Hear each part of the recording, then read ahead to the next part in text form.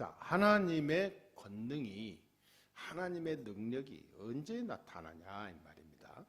우리가 예수 믿고 하나님 자녀 됐지 않습니까? 그렇다면 지금부터 하나님의 능력을 이루는, 하나님의 권능이 임하는 하나님의 사람이 되어야 될 줄 믿습니다. 이 사람이 제자입니다. 하나님을 믿는데, 하나님의 자녀인데 하나님의 권능이 나타나지 않으면 참 심각해지죠. 나중에 굉장히 자기 스스로 혼란에 빠집니다. 하나님의 능력이 임하는 참 제자의 축복을 우리가 날마다 누려야 될 줄 믿습니다. 먼저요, 내가 누구인지를 잘 알고 예수 그리스도께서 누구인지 잘 알 때 하나님의 능력과 축복을 실제로 체험하게 됩니다. 그것은 우리 인간이 어디서 왔다가 무엇하다가 어디로 가는가를 알게 될 때부터 시작이 된다는 말입니다. 그러니까 인간이 어디서 왔다가 무엇하다가 어디로 가느냐, 이걸 모르면 인간이 아니죠. 이걸 제대로 아는 사람을 보고 참된 인간이라고 그래요. 이 사람이 하나님의 권능을 임하는, 하나님의 능력이 임하는 삶을 매일 누릴 수 있습니다. 그렇다면 먼저 우리가 명심해야 될 게 있습니다. 먼저 7가지 사실을 꼭 기억하고 명심해야 돼요. 이게 없으면 아무것도 안 돼요. 예수 그리스도가 왜 오셨는지, 나는 누구인지 이걸 모르게 됩니다. 이 7가지 사실을 명심하게 되면 진짜 그래서 내가 하나님 자녀 된 것이 정말 감사하구나, 이런 이 자기 스스로의 어떤 평가가 나오게 되죠. 원래 인간은 하나님의 형상대로 창조돼서 하나님과 더불어 안식하도록 창조됐습니다. 그게 창세기 1장 27절이죠. 하나님이 자기 형상대로 사람을 창조하시다 그랬거든요. 그래서 하나님의 형상 그대로 인간을 창조한 거예요. 그런데 그 창조된 축복을 마귀 때문에 그 형상이 어두워지고 말한 거예요. 그 영이 죽은 상태에 이르게 된 겁니다. 그래서 창세기 3장 1절 10절에 보니까 불신앙으로 말미암아서 하나님을 떠나게 돼요. 하나님의 형상 그대로 창조됐다는 말은 인간을 완벽한 인격체로 만들었다는 얘기거든요. 그래서 모든 능력을 다 준 겁니다. 그 능력을 가지고 하나님을 영광 돌리고 찬양해야 되는데 그 능력을 가지고 교만해진 거예요. 스스로 뭔가 할 수 있는 착각 속에 빠지는 거죠. 이때부터 에베소 2장 1절 2절에 보니까 어마어마한 죄와 저주와 허물 가운데 놓이게 됩니다. 하나님을 떠난 인간은 행복할 수가 없지요. 그 자체로 영혼은 죽게 된 겁니다. 그래서 그 뒤에 오는 흑암이 있어요. 요한복음 8장 44절에 마귀입니다. 이 마귀가 이제 하나님을 떠난 영혼을 잃어버린 이 인간을 사단이 장악해버려요. 그래서 인간은 이 3가지 중대한 문제에 빠지게 된 겁니다. 하나님을 떠나게 됐죠. 죄에 빠지게 됐죠. 사단에 잡히게 된 거예요. 이게 바로 영이 죽은 상태라고 합니다. 이때부터 인간은 실패하게 되고 죽게 되고 많은 고통과 질병과 쉴 새 없는 어마어마한 저주 재앙이 들어오게 되는 거예요. 이때부터 하나님의 축복을 잃어버리게 된 거죠. 그 땅에서 나그네 상을 살다가 본향으로 가게 되죠. 천국과 지옥입니다. 인간의 가야 될, 반드시 갈 수밖에 없는 우리의 본향입니다. 천국과 지옥으로 들어가게 됩니다. 그런데 하나님은 이 인간에게 하나님의 형상을 회복시키기 위해서 하나님의 형상을 가지고 원수를 이기고 이 땅에 오신 분이 하나님이십니다. 그분이 예수 그리스도예요. 이 예수 그리스도는 하나님이며 사람입니다. 요한복음 1장 14절에 말씀이 육신 가운데 거하심에 그랬어요. 말씀이신 하나님의 속성이 육신으로 오신 겁니다. 이 예수를 영접할 때 모든 문제는 해결됩니다. 수고하고 무거운 짐진 자들아 다 내게로 오라. 내가 너희를 쉬게 하리라 그랬습니다. 이 예수 그리스도를 영접하고 하나님 자녀되는 길이 열리는 거예요. 저주 재앙에서 완전히 해방되는 길이 열린 겁니다. 사단을 완전히 박살낸 그리스도의 권능을 얻게 된 겁니다. 이게 바로 중요한 7가지 사실이에요. 그래서 이 사실을 알게 되면 하나님의 권능이 임하게 된 거예요. 이때부터 사단은 발을 붙이지 못합니다. 이 예수 그리스도를 영접하고 하나님 자녀되는 순간 하나님의 형상이 회복된 거예요. 창세기 1장 27절 회복된 겁니다. 그러면서 창세기 1장 28절이 회복되는 거예요. 땅을 정복하고 번성하고 다스리고 누리는 축복을 회복한 겁니다. 하늘의 권세를 가지고 이 땅에 사는 겁니다. 이게 어마어마한 신분의 변화예요. 이때부터 하나님의 놀라운 역사가 시작되죠. 그래서 꼭 잊지 말아야 될 게 있습니다. 지금부터 3가지 싸움은 항상 해야 돼요. 첫 번째 뭡니까? 나 자신과의 싸움입니다. 진리를 알지니 진리가 너희를 자유케 하리라 그랬습니다. 이 진리는 뭐냐? 그리스도를 말합니다. 예수 그리스도가 우리를 모든 것에서 자유케 했다 이 말이에요. 그러니까 나 자신과의 싸움을 하는데 내가 싸우면 안 돼요. 내가 긍정적으로 적극적으로 내가 뭔가 희망과 비전과 꿈을 꾸려고 막 그러는 거 아닙니다. 막 주문외우라는 거 하는 게 아닙니다. 나 자신과의 싸움에 승리하는 유일한 길은요, 그리스도의 이름으로 싸우는 겁니다. 진리를 알지니 진리가 너희를 자유케 하리라. 예수 이름으로 싸우는 거예요. 내 안에 계신 예수 그리스도는 완전한 분입니다. 나는 한량없이 부족하고 모자란 사람이지만 하나님은 완전하고 완벽한 분이라 이 말입니다. 그래서 이 그리스도의 이름으로 싸우면 되는 거예요. 그래서 나 자신과의 싸움을 하는 데 있어서 나의 환경을 주님께 맡겨야 됩니다. 주님의 계획을 늘 발견해야 되죠. 나의 환경을 내가 헤쳐나가려고 하지 말고요, 하나님께 맡기고 하나님의 계획이 뭔가 늘 하나님 앞에 질문을 해봐야 되겠죠. 그리고 나의 뜻보다는 하나님의 뜻이 온전합니다. 그래서 주기도문의 중요한 내용들이 다 그런 내용들이 내포되어 있죠. 하늘에 계신 우리 아버지여 이름이 거룩히 여김을 받으시오며 나라의 임하옵시며 뜻이 하늘에서 이루어진 것 같이 땅에서도 이루어지다.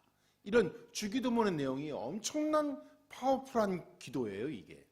그래서 나의 뜻보다 하나님의 뜻을 찾는 기도를 많이 해야 됩니다. 예, 그때 중요한 나 자신의 싸움에서 승리하게 돼요. 나의 계획보다는 하나님의 계획이 완전하심을 신뢰해야 됩니다. 그래서 로마서 8장 28절에 보니까 모든 것이 합력하여 선을 이루느니라 그랬어요. 그러니까 하나님의 계획이 완전해요. 그러니까 맡기는 거죠. 신뢰하는 거죠. 믿고 가는 거죠. 나의 고집은 전혀 나에게 힘이 되지 못합니다. 고집이 센 사람은 많은 사람을 놓쳐요. 고집이 센 사람은 하나님 계획을 놓칩니다. 고집이 너무 세버리면요, 자기 자아가 강해버리면 하나님의 계획을 다 놓쳐버려요. 그래서 많은 손해를 봅니다. 그래서 나의 고집과 생각은 유익을 못 줘요. 그래서 나 자신과의 싸움할 때 뭐 해야 되냐? 하나님의 계획을 보게 해 주옵소서. 하나님을 진짜 신뢰하고 믿음으로 살게 해 주옵소서. 내 뜻대로가 아니라 하나님의 뜻을 찾는 사람 되게 해 주옵소서. 이게 나 자신과의 싸우는데 굉장히 중요한 내용이에요. 그리고 나 자신을 완전히 주님께 맡겨야 됩니다. 진리는 예수 그리스도시며 그는 거룩하십니다. 그러므로 거룩한 삶은 나를 완전히 자유하게 만들게 됩니다. 그래서 나 자신과의 싸움 진짜 승리하게 되기를 주의 이름으로 축원합니다. 나 자신과의 싸움, 불신앙이 자꾸 들어오거든요. 나 자신과의 싸움 잘해야 됩니다.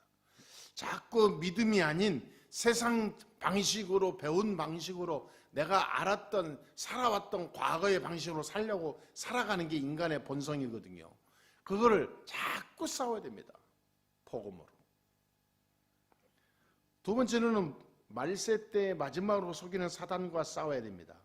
이 사단은 눈에 안 보이거든요. 그래서 많은 사람이 속아요. 사단이 어떤 사람은 없다. 사단이 뭐 있겠냐? 사단이 뭐 대수롭겠냐? 그래서 사단이 눈에 안 보니까 많은 사람이 무시하고 살다가 당해요. 그래서 성경에는 반드시 사단이 존재하고 역사하고 있고 지금 이 땅에서도 이 사단은 계속 활동하고 역사하고 있거든요. 그래서 사단과 싸워야 됩니다. 사탄과 싸우지 않는 사람은 성공할 수가 없어요. 결국은 사단의 친 그물에 걸리게 돼 있어요. 그래서 나의 힘으로는 안 됩니다. 그래서 예수 권능으로만 사단은 결박될 수 있거든요. 요한복음 1장 12절에 권세를 주신다 했습니다. 마태복음 28장 18절에도 하늘과 땅의 권세를 내가 가지고 있다 그랬습니다. 마가복음 1장 27절에도 주님의 권세 앞에는 귀신도 순종한다고 그랬습니다. 요한일서 3장 8절에는 예수님이 오신 이유가 마귀의 일을 멸하기 위해서 오셨다 그랬습니다. 요한복음 16장 24절에서도 기도 응답의 권세가 주 예수 그리스도 안에 있다고 그랬습니다. 그래서 이 사단과 싸워야 돼요. 예수 그리스도의 이름으로 모든 흑암은 물러갈지어다. 완전히 나의 삶 현장, 내 마음속에 생각 속에 사는 사단의 통로를 완전히 그리스도의 이름으로 막아버려야 돼요. 세 번째는요, 세상과 더불어 싸워야 됩니다. 세상은 우리가 호락호락한 게 아니잖아요. 많은 사람은 세상을 우습게 봅니다. 너무 쉽게 보다가 세상 속에 나아가서 굉장히 실패하고 세상에 많은 것을 당하다가 나중에 자기의 삶도 인생도 포기한 사람 많이 봤습니다. 세상 속에서 우리는 승리하는 길이요, 성령 인도 받는 겁니다. 성령의 인도를 받아요. 하나님이 인도하시는 대로 말씀하시는 대로 가기만 하면 승리하게 돼 있어요. 그래서 하나님의 말씀 따라, 하나님이 역사하시는 복음 따라, 하나님이 나에게 주셨던 그 말씀 붙잡고 기도하며 누릴 때 현장과 세상은 정복당하게 돼 있습니다. 요한복음 14장 16절에 보혜사 성령이 영원토록 너희와 함께 있게 하겠다 약속했고요. 요한복음 14장 26절 27절에 모든 것을 깨닫게 하고 생각나게 하겠다 그랬어요. 이 예수 이름으로 성령 충만 받으면요, 모든 것이 세상에서 하나님의 뜻을 이루는 지혜와 능력을 주시는 겁니다. 요한 1서 20절 27절에는 기름을 부어서요 모든 것을 깨닫게 하고 너를 내가 너와 함께 하겠다고 약속했어요. 마태복음 12장 28절에는 하나님의 성령이 임하면 바로 그 자리가 천국이 될 것이다 그랬습니다. 자, 하나님의 성령이 임하면 천국이 임한다 그랬어요. 말하자면 하나님 나라가 임하는 거예요. 자, 사도행전 1장 8절에 권능을 받고 그랬어요. 권능을 받고 땅끝까지 내 증인이 되리라 그랬습니다. 여러분, 세상과 더불어 싸우는 비밀은요, 성령이 인도받는 겁니다. 우리가 사회생활 하잖아요. 많은 사람 만납니다. 신자든 불신자든 많은 다른 종교인도 만나고요, 각계각층 많은 환경 속에서 살아가는 사람들 다 만납니다. 이 세상 속에서 우리가 승리하는 길이 그리 쉽지 않습니다. 이 세상에서 완전히 그들 속에서 이 세상, 이 사회와 국가와 세계를 우리가 정말로 살아가면서 승리하는 길이 성령 인도 받는 거예요. 우리가 진짜 성령 인도 받는 하나님의 사람이 됩시다. 하나님의 나라가 임하면 승리하는 거예요. 그래서 세상 지식이 아니라 세상 능력과 내게 가지고 있는 많은 어떤 힘이 필요하지만 성령의 인도를 못 받으면 그 힘이 나에게 자충수가 될 수 있어요. 부메랑이 될 수 있어요. 어떤 사람은 많은 능력과 재물과 권력을 가졌는데 많은 사람에게 적을 띄었어요. 결국은 자기가 가진 것은 나중에 다 아무것도 아닌 휴지 조각밖에 안 되는 거예요. 많은 사람에게 적이 돼요. 그러니까 어느 날 심각한 문제가 오는 거예요. 세상을 살리고 세상에서 승리하는 길은 성령 인도 받는 겁니다. 그러면 나도 살고 다른 사람도 살리고 많은 사람을 살려내는 하나님의 사람이 돼요. 어떤 사람이든 수용하고 배려할 수 있게 돼요. 어떤 사람이든 용서할 수 있게 돼요.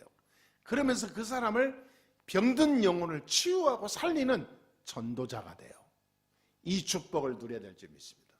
하나님의 권능이 이때부터요 계속 일어납니다. 누굴 만나도 상관없어요. 어떤 이상한 사람이라도 상관없어요. 그 사람을 살려내기만 하면 하나님의 능력이 임해요. 세상 살리게 됩니다. 자, 세 번째 볼까요? 하나님의 권능이 언제부터 시작되냐? 이미 하나님 자녀가 돼서 원죄가 해결됐을 때부터 이미 축복이 시작됐습니다. 구원받은 순간 하나님의 권능이 임한 거예요. 저와 여러분에게. 이때부터 이제는 살아가면서 우리가 실수할 수 있고 많은 허물을 우리가 갖고 가잖아요. 많은 자범죄도 생기게 됩니다. 이 모든 자범죄, 우리의 허물들 이런 것들을 다 하나님 앞에서 회개하고 기도하고 다시 나를 갱신하고 나갈 때 능력이 나타나게 됩니다. 고난과 핍박과 질병과 좌절 속에서도 하나님의 계획을 발견하는 영적 힘이 생겨요. 나의 삶의 하나님의 목적이 분명하게 발견됩니다. 그냥 사는 게 아닙니다. 하나님의 계획이 분명하게 나타나요. 내가 처한 곳에 하나님의 더 큰 뜻이 있음을 찾아나게 됩니다. 그것을 위해서 우리가 진심으로 기도할 때 하나님 능력이 크게 임하게 돼요. 그래서 예수 그리스도로 만족하고 예수 그리스도 한 분만으로 승리할 수 있는 믿음의 증인됩니다. 아멘. 그래서 하나님의 권능이 이때부터 시작된다니까요. 어떤 문제 왔다 상관없어요. 거기서 하나님의 큰 축복을 발견하는 시작이 될 수 있어요. 그래서 예수 믿는 사람을 지금까지 한 번도 어떤 권력도 단체도 독재도 막지 못했어요. 지금까지 역사상 막을수록 럭비공처럼 튀어나갔어요. 막으면 막을수록 더 크게 나갔어요. 어마어마한 겁니다. 왜 그렇습니까? 하나님의 큰 뜻을 발견하고 하니까. 세상이 막지 못한다니까. 사단이 못 막아요. 어떤 세력도 복음 가진 자를 막지 못합니다. 하나님의 능력이 그 안에 있기 때문에. 그래서 예수 그리스도로 한 주간도 만족하시게 되기를 주의 이름으로 축복합니다. 한 주간 내가 하나님의 자녀가 됐음을 최고로 감사하고 영광 돌리고 기쁘게 찬양하면서 힘 있는 한 주간 될 줄 믿습니다. 그러면서 주위에 정신적으로 질환이 있는 사람 많이 볼 겁니다. 병원에 안 갔지만 정신질환이 있는 사람은 많아요. 우울증이나 조울증이나 많은 어떤 그 심신미약하고 어떤 그 공황증이나 어떤 불안 이런 것 때문에 많은 사람이 병원에서 약을 타다 먹으면서 힘들게 어렵게 살아가는 사람 많아요. 여러분 어떤 사람은 십몇 년 동안 우울증, 조울증 약을 같이 먹었는데 이게 완전히 약과 더불어 이제 이 사람이 하나가 됐더라고. 약과 공존하고 살아요. 약이 없으면 못 사는 사람이 됐죠. 어느 날 너무 지겨워서 안 먹어도 될까 하고 3일을 안 먹었대요. 그랬더니 완전히 자기가 큰일 날 뻔했다 하더라고. 그래서 이런 정신질환자들을 보면 성경에 보면요 정확한 치유가 일어났습니다. 하나님 만나기만 하면 정신질환자는 해결되기 시작했어요. 예수 그리스도를 정확하게 알고 영접하고 하나님 자녀되는 순간 그의 영혼이 바뀌니까 그 영혼에 병든 그런 많은 흑암의 세력이 물러가니까 그래서 하나님 자녀 되니까 마음의 평안과 안식이 오기 시작하니까 각종 불안과 공포, 두려움, 외로움이 사라지는 거예요. 하나님이 함께하는 사실이 나도 모르게 영적으로 느껴지니까 나도 놀랄 정도로 내가 괜히 이상하게 많은 공황증이 사라지고 우울증이 사라지고 스트레스가 점점 낮아지고 그러면서 뭔가 안정을 찾는다 이 말이에요. 그래서 성경에서도 보니까 이 정신적으로 시달리는 사람이 예수 이름 앞에 다 치유되고 해결되는 것을 볼 수가 있습니다. 이렇게 하나님의 권능이 대단합니다. 진짜 한 주간 참된 하나님의 능력을 이루는 축복의 주인공 되기를 주 예수 이름으로 축복합니다. 기도하겠습니다. 하나님 감사합니다. 오늘도 이 시간 아침에 우리를 불러주시고 하나님 예배하게 해주시니 감사합니다. 하나님의 능력이 24시간 함께하는 축복 속에 있게 해 주옵소서. 나의 힘으로 사는 게 아니라 하나님이 주시는 힘으로 세상을 나아가게 해 주옵소서. 모든 땅을 정복하는 축복을 허락해 주옵소서. 각종 이 땅에 불어오는 재앙과 기근이 그리스도 앞에 무너지게 해 주시옵시며 하나님의 나라가 임하는 이 땅 되게 하여 주옵소서. 오늘도 하나님 말씀 붙잡고 돌아갑니다. 우리의 성도들의 개인과 직장, 가정, 자녀들까지 저들 속에 성령으로 역사해 주시옵소서. 모든 작은 갈등도 무너지게 해주시고 가지고 있는 고민도 그리스도 이름으로 완전히 해결해 주시옵시며 참된 자유, 참된 축복, 참 하나님의 은혜를 누리는 하나님의 자녀로 승리하고 오게 해 주옵소서. 예수 그리스도의 이름으로 기도하옵나이다. 아멘.